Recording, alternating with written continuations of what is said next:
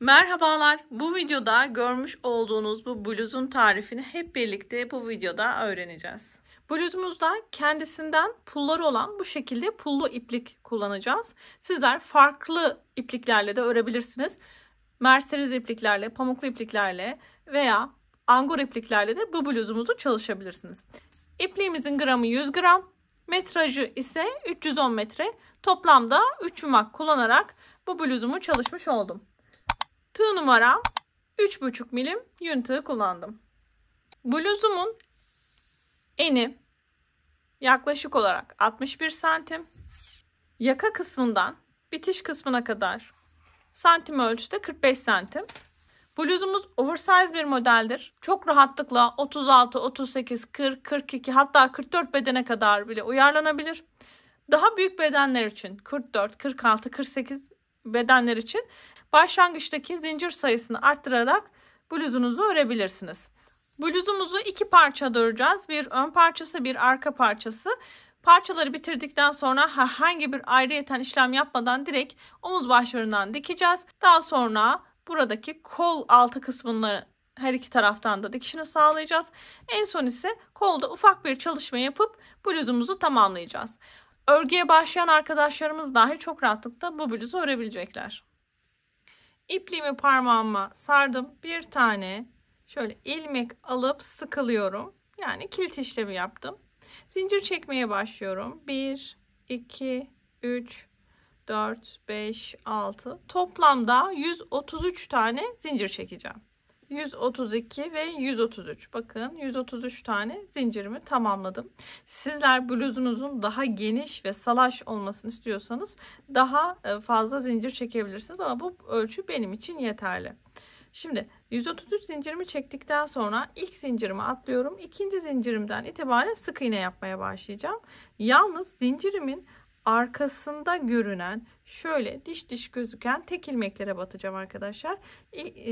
Birinci zincirime batmıyorum. İkinci zincirimin arkasındaki bu dişli yapıya battım. Tığımı geçirdim. Arkadan bir tane ilmek aldım. Tığımda 2 ilmek varken ikisini birlikte örerek sık iğne yaptım. Şimdi her bir zincirin arkasındaki bu tek çizgili ilmeğe batıyorum. Sık iğne yapıyorum. Sıra sonuna kadar devam edeceğim. Toplamda sıra sonunda 132 tane sık iğne çalışmış olacağım. Bakın bu şekilde örmeye devam ediyorum. Evet, sıra sonuna doğru ördüm. Bakın toplamda 132 adet sık iğne çalıştım. Her bir zincirime bir tane sık iğne yaptım. Sıranın sonundayım. Şimdi bir üst sıraya geçerken 2 tane zincir çekiyorum. 1, 2. Örgümü çeviriyorum.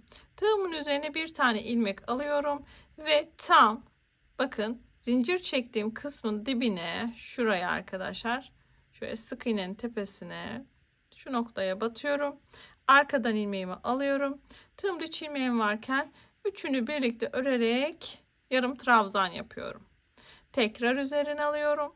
Hemen yanındaki sık iğneni veya bir sonraki ilmeğe ne derseniz batıyorum. Tekrar bir ilmek alıyorum. Yine tığımda 3 ilmek varken üçünü birlikte örerek yarım trabzan yapıyorum. Bu sıramda bu şekilde tığımın üzerine bir ilmek alıp bir sonraki ilmeğe batıp üçünü birlikte çıkarak yarım trabzan çalışıyorum. Sıra sonuna kadar devam ediyorum arkadaşlar. Bir önceki sırada 132 adet sık iğnemiz vardı. Bu sırada da 132 adet yarım trabzan çalışmış olacağız. Evet, yarım trabzanlarımı da örerek sıra sonuna doğru geldim. Bakın 130'uncuyu yaptım. Devam ediyorum. 131 ve 130 ikinci yarım trabzanımı da çalıştım. Şimdi bir üst sıraya geçerken 1, 2, 3 zincir çekiyorum bu sefer. Örgümü çeviriyorum. Tığımın üzerine alıyorum. Dikkat. Şimdi burada bir tane ilmek atlıyorum. Bakın şuradaki bir ilmeğe atlıyorum. İkinci ilmeğe batıyorum. Arkadan bir ilmeğimi çıkartıyorum.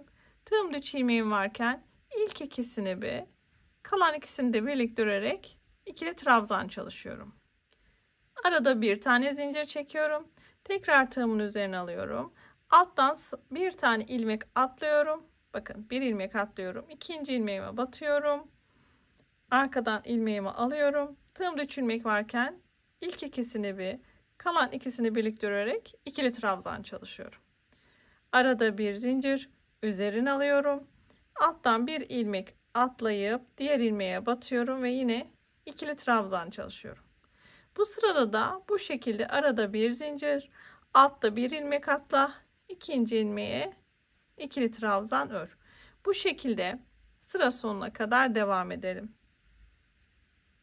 Evet, bakın kafeslerimi yaparak sıra sonuna kadar geldim. En son yine bir zincir çekiyorum. Tığımın üzerine aldım ve tam bakın bir ilmek atlayıp şurada alttaki yarım trabzan tepesine batıp buraya yine bir tane ikili trabzan yapıyorum. Toplamda arkadaşlar 66 adet kafesimiz olmalı. Şimdi bir üst sıradan devam ediyorum. Yine 3 tane zincir çekerek başlıyorum. 1, 2, 3. Örgümü çeviriyorum. Tığımın üzerine bir tane ilmek alıyorum. Yine bu sırada da kafes çalışacağız. Ama nasıl?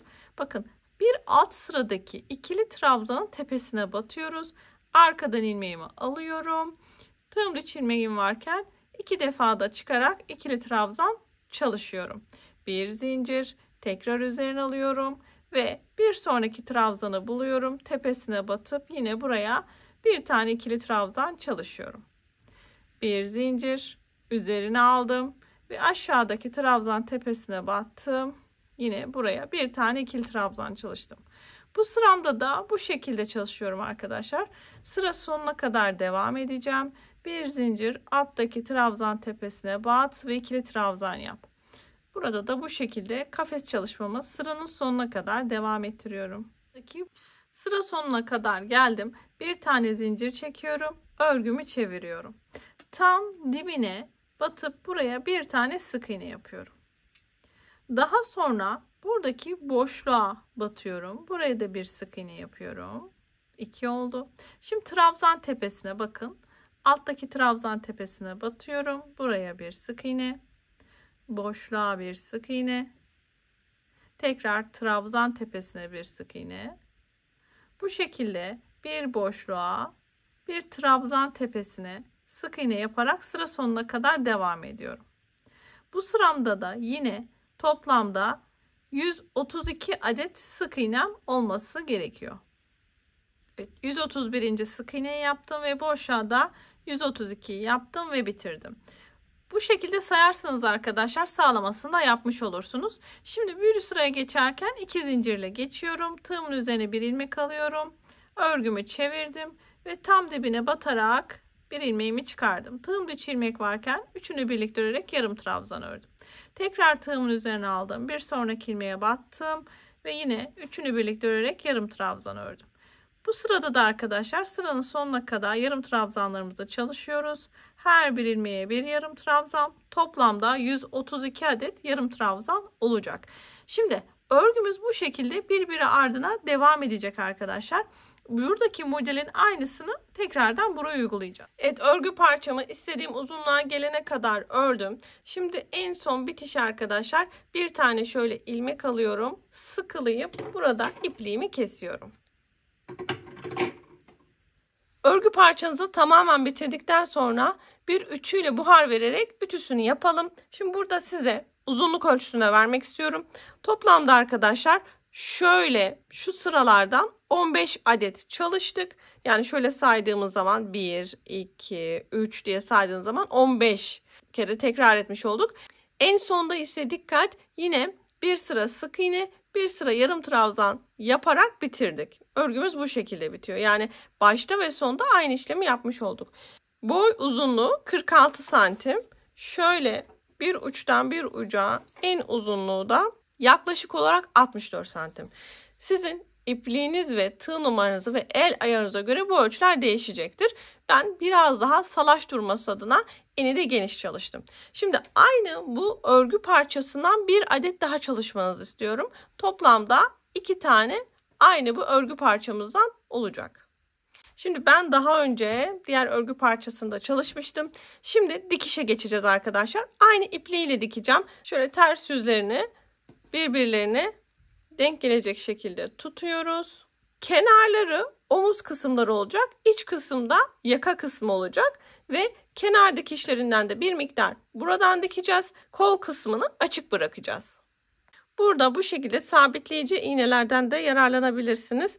Böyle karşılıklı gelen ilmekleri sabitleyerek dikiş yaptığınızda örgünüz kaymamış olur. Ben dikiş yaparken pullarını kestim çünkü takılıyor arkadaşlar. Bunu da belirtmiş olayım. Veya aynı renkte başka pulsuz bir iplikle de dikiş sağlayabilirsiniz. Şimdi ilk kısmından sabitleme işlemini yaptım. Daha sonra dikişime başlıyorum. Şöyle ilk birkaç yerden göstereyim nasıl diktiğimizi. Geri kalanına sizler devam edersiniz. Bir tane bakın bir parçamdan giriyorum. Diğer karşılık gelen örgü parçasından çıkıyorum. Buradan iğnemi geçirdim. Hangi örgü parçamdan çıktım? Bakın buradan. Çıktığım parçanın bir ilerisindeki ilmekten batıp karşı taraftan çıkıyorum. Hangi parçadan çıktıysam tekrar o parçadan giriş yapıp karşıdan çıkıyorum. Dikişimiz bu şekilde arkadaşlar. Hem kenarlarda hem de omuz kısmında bu dikiş tekniğini kullanıyorum. Yaka açıklığını ne kadar istiyorsak o kısma kadar yaka açıklığının dikişini sağlayacağız. Şimdi ben dikeyim. Kendim bluzda ne kadar yaka açıklığı bıraktım sizinle de santim olarak ölçüsünü paylaşacağım. Bluzumuzu dış kısmından bakın dikişini sağladık. Yaka kısmında şöyle bir açıklık bıraktım. Sizler buradaki yaka kısmının daha fazla açık kalmasını istiyorsanız kenarlardan dikişi biraz daha az yapabilirsiniz.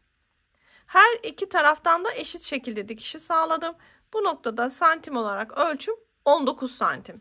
Yani omuz başından yakanın iç kısmına kadar açıklığımız 19 santim. Bluzumuzun düz tarafını çevirmeden önce bir de şuradaki kenar dikişini sağlayacağız. Kol kısmına kadar. Şimdi burada kol açıklığının ne kadar kalmasını istiyorsanız yine orada kol açıklığını açık bırakıyorsunuz. Bu şekilde baştan alt kısmından başlayarak dikiş sağlayacağız. Şimdi burada dikkat etmemiz gereken nokta şu. Bakın burada sıra başlangıç ve bitişlerimiz var. Yani kafes örgüsüyle başladığımız yer yine kafes örgüsüyle dikişi bitmeli. Bu noktada karşılıklı denk gelmeleri çok önemli. Bunlara dikkat edelim. Yani burada sık iğne ve trabzan sıramız böyle kafeslere denk gelmesin. Her bir sıra başı ve sıra sonu. Yani kafesle başlıyorsa kafesle bitsin. Sık iğne ile başlıyorsa sık iğne ile bitmesine dikkat edelim. Bu noktalardan dikiş sağlayacağız. Şöyle ben yine sabitleyici iğnelerden kullanıyorum. Kol kısmında şöyle şu kadar bir açıklık bıraktım. Şimdi şu kısmı dikelim. Santim olarak ölçüsünü de vereceğim size. Yine ters taraftan dikişi sağlıyoruz. Dikkat arkadaşlar. Şimdi ipliğimi sabitledim. Aynı şekilde ipliğimden pulları da çıkardım. Şimdi böyle aynı omuzda yani kollarda yaptığımız dikiş gibi burada da aynı dikiş yöntemini kullanıyoruz. Kafes kısmına geldiğimiz zaman buradaki zincirlerden alarak dikişini sağlayabilirsiniz. Örgümüzün büzmesine izin vermeyelim. Çok çekiştirmeyelim. Bluzumuzun bir kenar dikişini tamamladım. Diktiğimiz kısmın santim olarak ölçüsü yaklaşık olarak 32 santim. Şu kadar bir kol açıklığı bıraktım. Kol açıklığına da şöyle bakalım. Kol açıklığı da yaklaşık olarak 20-21 santim dolaylarında. Şimdi aynı buradaki kol dikişini diğer kısımda da aynı şekilde uygulayacağız. Her iki tarafın da kol altı dikişini sağladım. Bakın şu anda bluzumun ters tarafındayım. Dikişi ters tarafından yapmıştım. Şimdi düz tarafına çeviriyorum. Kol kısmını da bitirdikten sonra tekrar şöyle şu kısımları da ütüyle buhar vereceğiz. Ve daha güzel bir görüntü olacak arkadaşlar. Şimdi bakın kol açıklığındaki kol kenarına çalışacağız. Kolumun bir tanesini ben daha önce çalıştım. Şimdi diğer kolu birlikte öreceğiz. Örgümün düz tarafında kol oyuntusu kısmındayım. İpliğimi parmağıma sardım. Hemen bir tane şöyle ilmek alıp kilit işlemini yapıyorum. Ve kolumda herhangi bir noktadan batıp ilmeğimi çıkartıp tığımın arasındaki ilmekten geçirerek ilmek kaydırma yaparak bu ipliğimi buraya sabitliyorum. Daha sonra 2 tane zincir çekiyorum. Tığımın üzerine bir ilmek alıp aynı noktaya batarak ilmeğimi çıkartıyorum. Tığımda 3 ilmeğim varken üçünü birlikte örerek yarım trabzan çalışıyorum. Tekrar üzerine alıyorum ve bir sonraki ilmek boşluğuna batarak yine yarım trabzan çalışıyorum. Tekrar üzerine alıyorum. Aynı boşluğa bir tane daha yarım trabzan çalışıyorum. Devam ediyorum. Tığımın üzerine bir ilmek alıyorum ve bakın buradaki zincirimin tepesine de batıp buraya bir tane yarım trabzan yapıyorum. Şimdi burada dikkat etmemiz gereken nokta şu arkadaşlar. 2 trabzan yaptığımız, yani şu 2 zincirli veya trabzanla yaptığımız noktalara 2 tane yarım trabzan yapıyoruz. Bakın şimdi yarım trabzan yaptığımız buradaki kısım var. Buraya da bir tane yarım trabzan. Sık iğne olan kısma da yine bir tane yarım trabzan.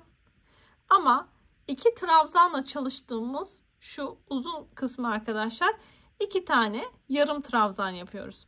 Eğer trabzanlarınız çok uzunsa ve bir tane daha trabzan gerekiyorsa bir tane daha yarım trabzan yapabilirsiniz. Şimdi ben şu noktaya da batacağım. Bakın. Şuradaki kısmın tepesine de batıyorum. Daha sonra yine 2 trabzanlı kısma yine 2 tane yarım trabzan. Bu şekilde devam ediyorum. Kol çevresini bir sıra yarım trabzanlarla döndüm. Şimdi arkadaşlar bitişi başta 2 zincirle başladığım kısmın tepesine battım. Arkadan ilmeğimi çıkardım. Tığımın arasındaki ilmekten geçirerek ilmek kaydırma yaparak bitirdim. Şimdi bir üst sırada 1, 2, 3 zincir çekiyorum. Tığımın üzerine alıyorum. Alttan bir ilmek atlayıp ikinci ilmeğe batıp tığımdaki ilmeği çıkartıyorum. 3 ilmeğim var. 2 defa da çıkarak trabzan yapıyorum. İkili trabzan yani. Yine bir zincir üzerine alıyorum. Aşağıdan bir ilmek atlayıp ikinci ilmeğe batıp bir tane ikili trabzan yapıyorum. Bir zincir üzerine alıyorum. Bir ilmek atlayıp ikinci ilmeğe bir tane ikili trabzan. Bu şekilde arkadaşlar sıra sonuna kadar devam ediyoruz. Kol çevresine kafes yaparak devam ediyorduk. Bakın arkadaşlar son kısma geldim. Bir zincir çekiyorum ve bir ilmek atlıyorum. Başta 2 zincir çektiğim kısmın tepesine battım. Arkadan ilmeğimi alıp tığımın arasındaki ilmekten geçirerek ilmek kaydırma yaptım. Şimdi birinci sırayı tamamladık. Devam ediyorum yine 1, 2, 3 zincir tığımın üzerine alıyorum ve aşağıda ilk gelen trabzanın tepesine batıp yine buraya bir tane ikili trabzan yapıyorum. Bir sıra daha kafes yapacağız arkadaşlar. Aynı şekilde devam edeceğiz. Bir zincir üzerine alıyorum ve aşağıdaki trabzan tepesine batıp buraya da bir ikili trabzan. Bir zincir üzerine alıp aşağıdaki trabzan tepesine bir ikili trabzan. Bu şekilde yaparak kol çevresi yine bir sıra kafes giderek devam edelim. Evet, kafes sırasında ikinci sıramında sıra sonuna geldim. Bir zincir çektim. Bakın 2 zincirlik kısmın tepesine battım. İlmeğimi çıkartıp tığımın arasındaki ilmekten geçirerek ilmek kaydırma yaptım. Şimdi bir üst sıra son sıramız. Bir zincir çekiyorum. Hemen dibine bir sık iğne yapıyorum. Daha sonra boşluğa bir sık iğne. Trabzan tepesine bir sık iğne. Boşluğa bir sık iğne. Bu şekilde arkadaşlar bir trabzan tepelerine bir şu boşluğa bir tane sık iğne yaparak sıra sonuna kadar devam ediyoruz. Sık iğne sıramda da sonuncu sık iğnemi yaptım. Şimdi bu noktada ilk başladığım bir zincirli kısmın tepesine batıyorum. Arkadan ilmeğimi çıkartıp tığımın arasından geçirerek ilmek kaydırma yapıyorum. Bir ilmek alıp şöyle sıkılıyorum ve ipliğimi kesiyorum. Böylece kol kısmını da tamamıyla bitirmiş olduk. Bakın ne yaptık? Bir sıra yarım trabzan, sonra 2 sıra kafes ve bir sırada sık iğne yaptık. Bitirdik. Her iki kolda da aynı işlemi tekrarladık. İki kolda da işlemleri sağladım ve tamamen bluzumu bitirmiş oldum. Buraya kadar umarım sizler de benimle birlikte keyif alarak örmüşsünüzdür. Böylece bir videonun daha sonuna gelmiş oldum. Kanalıma abone olmayı, videomu beğenmeyi ve yorum bırakmayı unutmayın. Bir başka tarifte görüşmek üzere. Herkese iyi çalışmalar diliyorum. Hoşça kalın.